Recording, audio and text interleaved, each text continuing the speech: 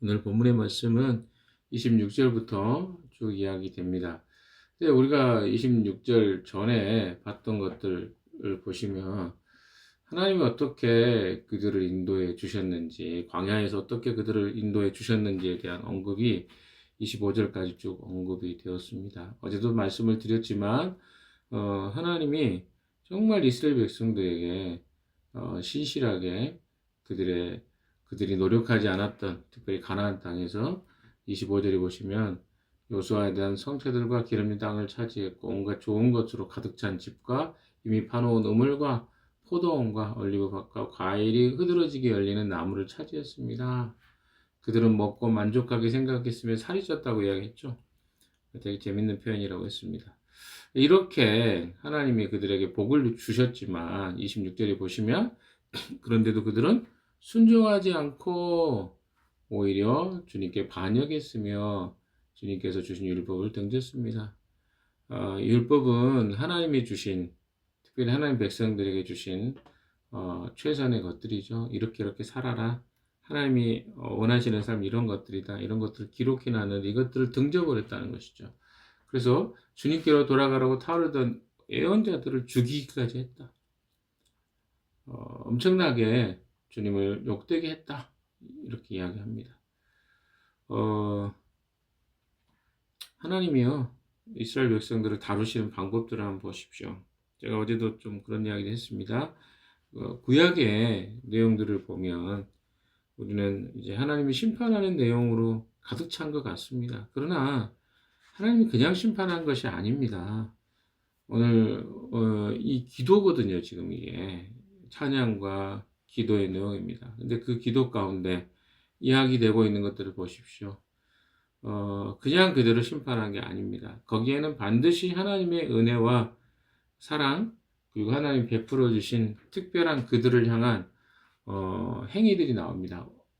그런데 놀랍게도 26절에 말하고 있는 것처럼 순종하지 않고 반역하고 율법에 등지고 주님께로 돌아가라고 타이르되 선지자들을 죽이고 하나님을 욕되게 하는 일들이 이스라엘 백성들한테 이것이 심판의 이유였다는 것이죠.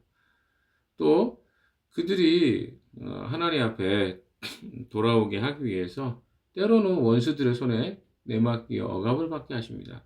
우리가 그렇지 않습니까? 고통과 좀 어려움을 겪으면 우리는 하나님을 찾는 경향이 있습니다.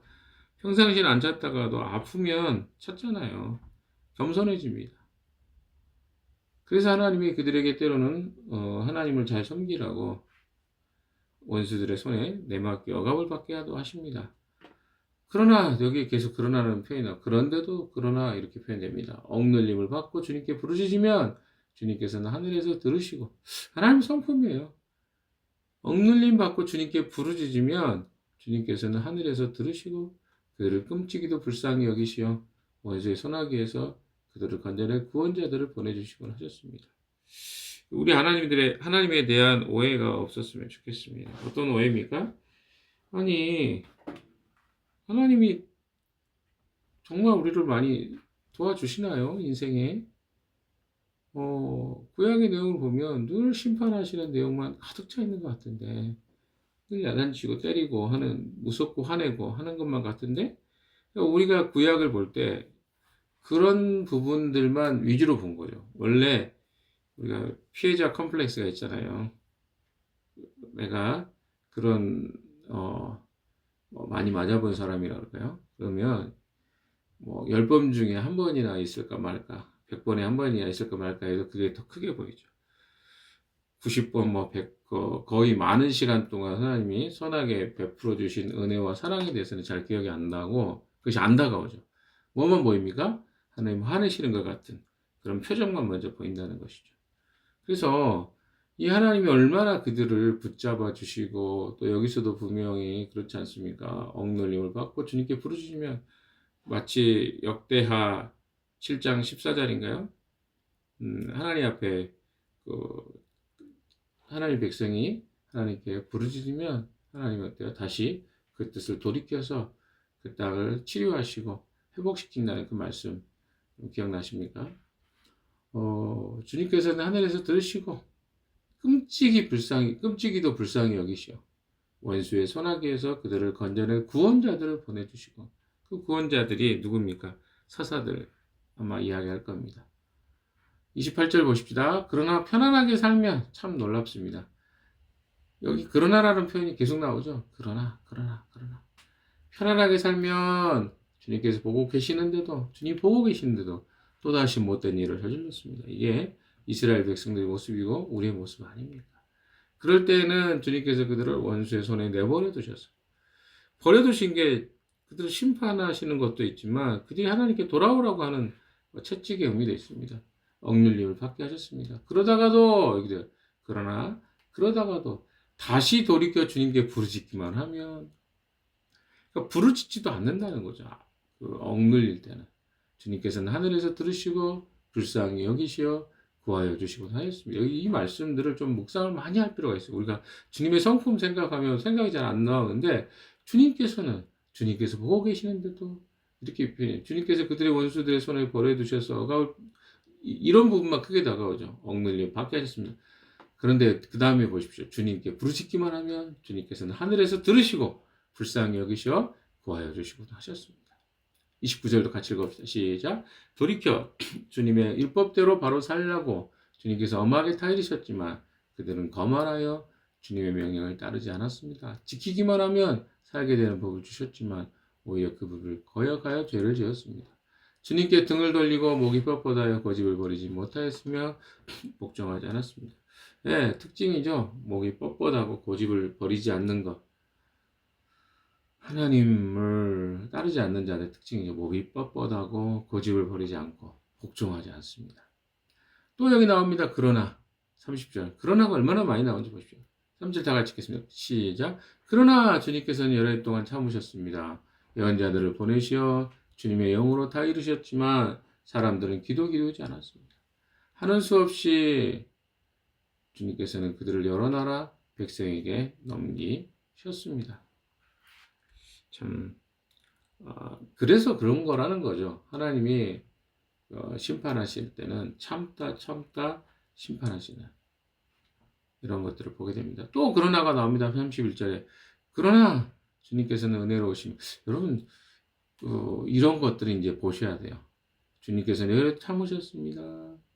영으로 타이르셨지만 사람들은 기도 기울이지 않았습니다. 그러나 주님께서는 은혜로우시며 사람을 불쌍히 여기시는 하나님이시기에 그들을 계속 불쌍히 여긴다는 얼마나 많이 나옵니까? 그러니까 이런 성품이에요. 하나님은 불쌍히 여기시는 분이에요. 우리가 기도할 때 하나님이 들으시는 이유가 뭐냐면 하나님 불쌍히 여기시는 분이기 때문에 그렇습니다. 멸망시키지도 않으시고 버리지도 않았습니다. 하나님 우리가 심판하실 만한 일들이 많았습니다. 아담과 하와 때도 그랬죠. 노아 때도 그랬죠. 그리고 그 이후에도 쭉쭉쭉 하나님 얼마나 심판할 일이 많았습니까? 그때마다 하나님은 불쌍히 여기시고 멸망시키지 않고 버리지 않았습니다. 32절. 우리 하나님 위대하고 강하고 두렵고 한 번 세운 약속은 성실하게 지키는 하나님. 아시리아의 왕들이 쳐들어온 날부터 이날까지 우리가 겪은 환난을 우리 왕들과 대신들과 제사장들과 연자들과 조상들과 주님의 모든 백성이 겪은 이 환난을 작게 여기지 마십시오. 우리에게 이 모든 일이 닥쳐왔지만 이것은 주님의 잘못이 아닙니다. 이것이 느헤미야가 참 하나님 바로 알고 있는 것 같습니다. 그러니까 내게 닥쳐온 일들이 하나님 때문에 주어진 게 아니라 사실은 잘못은 우리가 저질렀습니다. 주님께서는 이를 올바르게 처리하셨습니다. 이게 아부하게 하는 게 아닙니다. 실제로 그 인식을 하고 있는 거예요. 이 모든 잘못을 저질렀기 때문에 하나님이 그들을 심판하셨고 그들은 하나님께 돌이키기 위한 하나님의 그런 하나님이 하신 일이라는 거죠. 어떤 것 때문에? 돌이키게 하기 위해서. 3, 4절. 우리 왕들과 대신들과 제사장들과 조상들은 주님의 율법을 따르지 않았습니다. 주님의 계명에 귀를 기울이지도 않고 타이르시는 말씀도 듣지 않았습니다. 악순환 같은 것들을 계속 반복하고 있는 그들의 모습을 느헤미야는 정확하게 직시하고 있습니다. 또한 어떻습니까? 율법을 지키지 않은 것이 원인이다. 하나님 말씀을 듣지 않은 거죠. 그러니까 주님의 계명을 따르지 않고 타이르시는 말씀도 듣지 않았다. 하나님 말씀에 관심이 없었다는 거예요. 이스라엘 백성들이. 하나님에 대한 바른 이해를 내면하고 있는 것을 보게 됩니다. 그래서 그 결과가 어떻게 됐는지를 지금 이야기합니다. 그들은 나라를 세우고 주님께서 베푸신 큰 복을 누리면서도 눈앞에 펼쳐주신 넓고 기름 땅에 살면서도 주님을 섬기지도 않고 악한 길에 돌이키지도 않았습니다. 또 그러나 나옵니다. 36절 그러나 시작 그러나 보십시오. 오늘 이처럼 우리는 종살이를 합니다. 다른 것도 아니고 좋은 과일과 곡식을 먹고 살라고 우리 조상에게 주신 바로 그 땅에서 우리가 종이 되었습니다. 이제 그 땅의 종이 되어버린 겁니다. 사실은 그 땅은 예루살렘과 이스라엘 땅 아닙니까? 그 땅을 하나님이 약속 주신 땅인데 종이 되어버린 거예요. 왜? 그들이 너무 하나님 앞에 불순종하니까. 하나님이 그렇게 그들을 심판하셨다기보다 그들이 돌이킬 기회와 수많은 시간을 줬는데 그들은 돌이키지 않았다는 것입니다. 그래서 여전히 틈만 나면 어떻게 해요? 타협하고 하나님이 아닌 다른 것을 따르려고 하고 그러니까 종의 모습으로 살아가도록 내버려 두신 것입니다. 37절에 보시면 땅에서 나는 풍성한 소처럼 우리의 죄를 벌하시려고 세운 이방 왕들에게 하나님이 주신 것들이 다 이방 왕들의 것이 되어버렸습니다. 그 왕들은 우리의 몸뚱이도 우리의 가축도 마음대로 부립니다. 예. 무서운 고역을 치르고 있는 그들의 모습들을 느헤미야는 고백하고 있습니다. 마지막 38절 이 모든 것을 돌이켜 본 뒤에 우리는 언약을 굳게 세우고 그것을 글로 적었으며 지도자들과 레위 사람들과 제사장이 그 위에 서명하였습니다. 38절의 말씀이 뭡니까? 네, 그들이 이제 서명합니다. 무엇을 서명합니까? 이것을 돌이켜봅니다. 내 삶과 인생을 돌이켜본 다음에 언약을 굳게 세웁니다. 하나님 앞에 우리는 하나님의 명령과 순종과 약속대로 그 말씀을 따르겠습니다. 이것을 이제 굳게 세운 거죠. 그것을 글로 적었어요. 지도자들과 예의 사람들과 제사장들이 그 위에 서명했습니다. 하나님의 말씀과 뜻대로 살겠습니다. 라고 하는 것을 그들이 어때요? 다시 언약을 갱신하는 거죠. 하나님 앞에서. 주님 이렇게 살겠습니다. 다짐. 여러분 이들이 또 넘어질 수도 있고 또 어떻습니까? 그렇게 안 살 수도 있어요. 그러나 그들이 다시 어때요? 하나님 앞에 약속한 겁니다. 주님 다시 돌이키고 우리는 늘 그런 과정이 필요합니다. 우리의 인생에 우리가 또 넘어질 수 있지만 다시 이 말씀이 깨달아지고 느껴지면 하나님 앞에서 어떻게 해야 돼요? 하나님의 은혜를 구하고 자비를 구하면서 다시 언약하고 서명하고 이런 것들을 느헤미야서에 기록하고 있습니다. 사랑하는 여러분, 제가 아까도 강조해서 말씀드렸던 것들이 무엇입니까? 그러나 하나님이요 구약에 나와 있는 이 하나님이 우리가 오해하고 있는 것처럼 그렇게 우리를 심판하시고 또 우리가 미워 죽겠고 이런 분이 아닙니다. 오히려 하나님은 어떻다고요? 긍휼이 너무 많으시고 끔찍이도 불쌍히 여기셔서 멸망시키지도 않으시고 버리지도 않으셨다. 이것이 하나님의 성품입니다. 수없이 기회를 주셨잖아요. 우리의 삶도 보십시오. 얼마나 목이 뻣뻣하고 고집스럽습니까? 그런데도 여전히 하나님은 어떻게 하십니까? 우리에게 또 기회를 주십니다. 그리고 또 인내하십니다. 그것이 바로 하나님이 우리에게 보이는 성품이십니다. 사랑하는 여러분, 나의 삶에 하나님은 어떻게 여러분이 인식이 됩니까? 무서운 분? 어렵다 하나님은 이렇게 생각하십니까? 물론 그렇게 생각될 수도 있습니다. 그러나 우리 삶을 돌아보십시오. 느헤미야는 자기와 조상들의 삶을 돌아봤습니다. 그럴 때 어떻습니까? 하나님이 어떤 분이신가가 분명히 이해가 되었습니다. 만약에 하나님이 어떤 분이신가에 대해서 제대로 돌아보지 않을 때 어떤 일이 생깁니까? 분명히 거기에는 하나님께 순종하고 싶은 마음들 안 들고 두려운 마음만 듭니다. 하나님과의 관계를 피하고 싶은 마음만 드는 거죠. 여러분, 오늘도 주님이 우리에게 이 말씀을 주신 것은요, 우리의 오해를 이해로 바꿔가는 이 삶을 살라고 주님이 이 말씀을 주신 것 같습니다. 구약 안에 무서우신 하나님이 아니라 기회를 주시고 자비로우시며 또 긍휼을 많이 베푸시고 또 오래 참으시고 또 우리를 한없이 사랑하시는 그 하나님에 대한 오해가 이해가 될 수 있기를 주님 바라신다고 저는 생각합니다. 오늘도 이 말씀을 좀 묵상하시면서요. 하나님이 정말 내가 알던 그 하나님이 아니네. 내가 하나님 너무 잘못 알고 있었네. 하나님은 정말 나를 사랑하시는 분이구나. 나를 끝없이 기다리셨던 분이구나.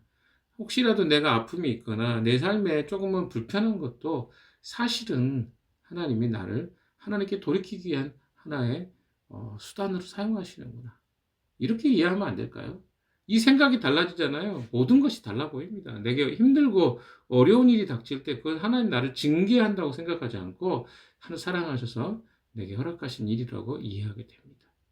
아픔과 고통마저도 하나님이 우리를 미워서 징계하시는 게 아니라 사랑하셔서 허락하신 것이라는 것을 기억하고 오늘 하루도 주님의 성품과 주님을 오해가 아닌 이해로 알아가는 하루 되시기를 주님의 이름으로 축원합니다.